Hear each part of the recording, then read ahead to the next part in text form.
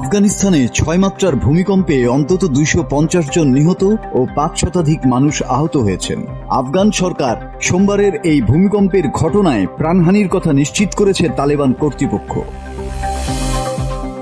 ভূমিকম্পটি পাকিস্তান সীমান্তের কাছে জালালাবাদ শহর থেকে 17 মাইল দূরে স্থানীয় সময়ে রোববার রাত 12টার দিকে আঘাত হানে।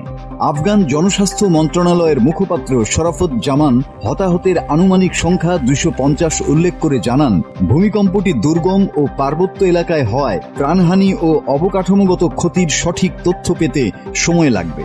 ক্ষতিগ্রস্ত এলাকায় উদ্ধার অভিযান শুরু হয়েছে এবং শত শত মানুষকে উদ্ধার কাজে নিয়োজিত করা হয়েছে। আফগানিস্তান ভূমিকম্প প্রবণ এলাকা। দেশটি ভারত ও ইউরেশীয় টেকটোনিক প্লেটের সংযোগস্থলে অবস্থিত হওয়ায় প্রায়ই ভূমিকম্প হয়। এর পাশাপাশি পূর্ব আফগানিস্তানের দুর্গম পার্বত্য এলাকায় ভূমিধসের ঝুঁকি থাকায় উদ্ধার কাজ আরও জটিল হয়ে ওঠে।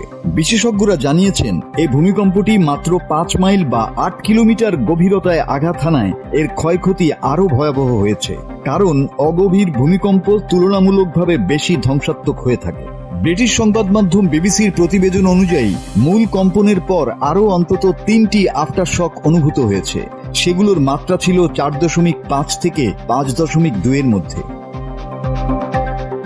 ভূমিকম্পের কেন্দ্রস্থল থেকে প্রায় 200 কিলোমিটার দূরে আফগানিস্তানের রাজধানী কাবুলে বেশ কয়েক সেকেন্ড কম্পন টের পাওয়া যায়। প্রায় 400 কিলোমিটার দূরে পাকিস্তানের রাজধানী ইসলামাবাদেও কম্পন অনুভূত হয়েছে। এর আগে 2022 সালে পূর্ব আফগানিস্তানে 5.9 মাত্রার একটি অগভীর ভূমিকম্পে প্রায় 1000 মানুষ নিহত ও কয়েক হাজার মানুষ আহত হয়।